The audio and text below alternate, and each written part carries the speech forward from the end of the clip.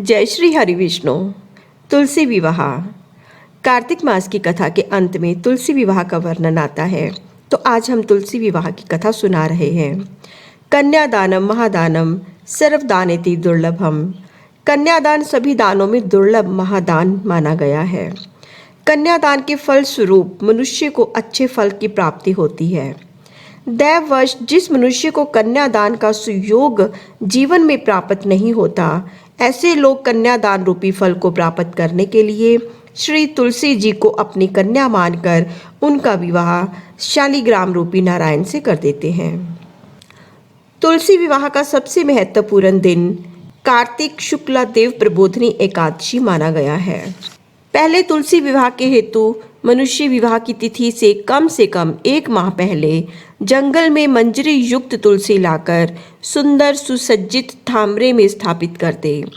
फिर वेद वेता आस्तिक नित्य नैमित्तिक कर्म परायण सद्गुण संपन्न ब्राह्मण को वर के पक्ष में चुनाव करे, क्योंकि सदाचारहीन ब्राह्मण को वर पक्षीय बनाने पर अथवा एक से अधिक ब्राह्मणों को एक ही तुलसी के लिए अनेक नारायणों सहित वर पक्षीय बनाने पर दानदाता को दारुण नरक की प्राप्ति होती है।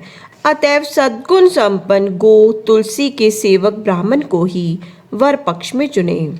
विवाह के हेतु वर वरण के निमित्त शुभ मुहूर्त में नारायण को वर्ण करने जाए। वर्ण के लिए टीके का सामान, मिष्ठान, वस्त्राभूषण तथा वर पक्षीय ब्राह्मण विवाह की विधि को भी वस्त्राभूषण ले जाए और वर वरण की रीति के अनुसार सगाई करे।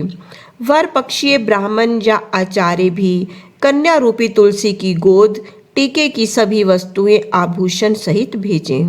कन्या पक्ष जैसे लगन भेजी जाती है, तदनुसार ब्राह्मण से लगन लिखा तुलसी जी की गोद में लगन मिष्ठान रखे और अपने आचार्य के हाथों नारायण के हेतु वर पक्षीय ब्राह्मण को भेजे। लगन पत्रिका में हल्दी का लेप, रात्रि जागरण, तेल, कंकन, बंधन, तंडप, आच्छादन, विवाह तिथि आदि सबका उल्लेख करे और वर पक्षीय आचार्य की कलश स्थापित कर गणपति पूजन कर नारायण का वस्त्राभूषण से पूजन कर लगन ग्रहण करे। फिर क्रमानुसार हल्दी, तेल आदि भातइयों को भात की लगन लिखाकर भात न्योतने जाए। विवाह वाले दिन वर पक्षीय आचार्य नारायण का अभिषेक कर दिव्य श्रृंगार धारण कराए। फिर डोला सजाकर कीर्तन तथा शंख ध्वनि के मध्य बारात लेकर गोधूली लगन से पहले कन्या पक्ष के द्वार पर का सामान, मिष्ठान, वस्त्राभूषण और वर पक्षीय ब्राह्मण तथा सभी बारात में पधारे। संत महात्माओं को नारायण का भोग लगाकर प्रसाद दिया जाए। कन्या पक्ष तुलसी के थामरे को यथाशक्ति वस्त्र, चुनरी, आभूषणों से अलंकृत करे तथा विवाह के निमित्त पहले ही निर्मित सुंदर मंडप के नीचे वर स्थान पर नारायण को बिठाए।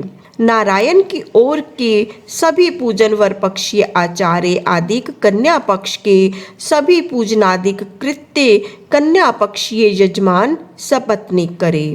विवाह में ब्रह्मा विधि के अनुसार ही अर्चन, विष्ठर पाद्य, द्वितीय विष्ठर अर्थे, आचमन, मधुपक आदि की क्रिया संपन्न करे।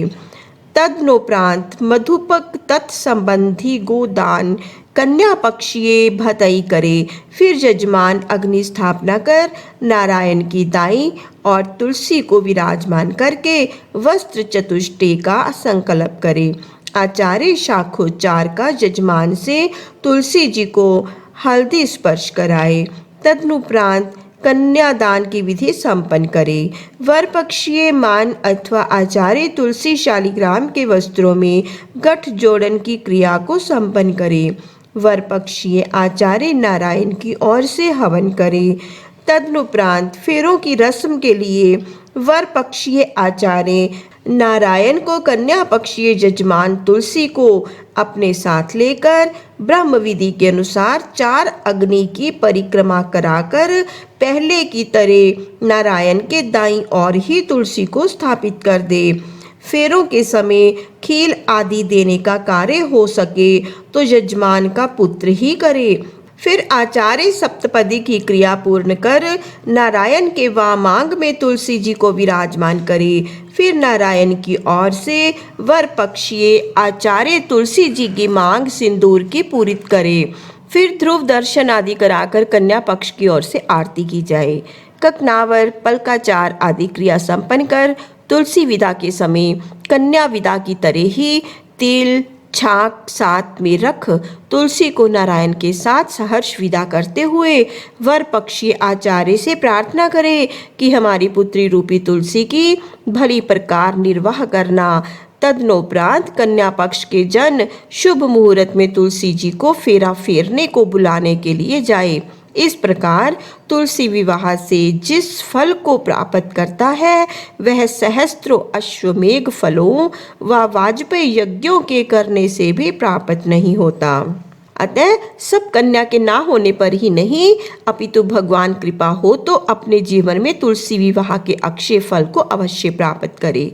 बोले श्री तुलसी माता की जय।